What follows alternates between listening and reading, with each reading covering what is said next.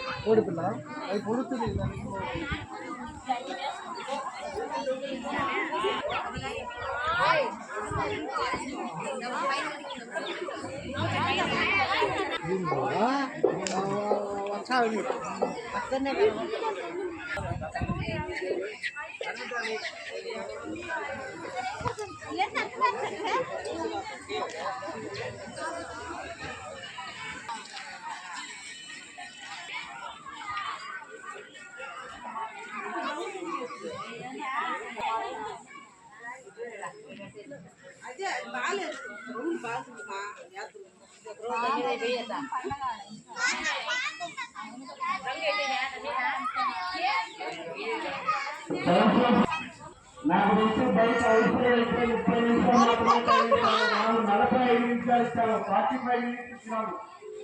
అర్థం చేసుకోండి. నేను ఎలా చేయాలని